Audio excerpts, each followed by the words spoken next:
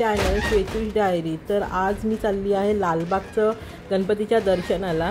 तर चला मी तुम्हाला पण देते, तिथून आम्ही जाणार आहे चिंतामणी आणि गणेश गल्ली, मुंबईचा राजा आणि बाकी असे काही गणपती आहेत ते बघणार आहे।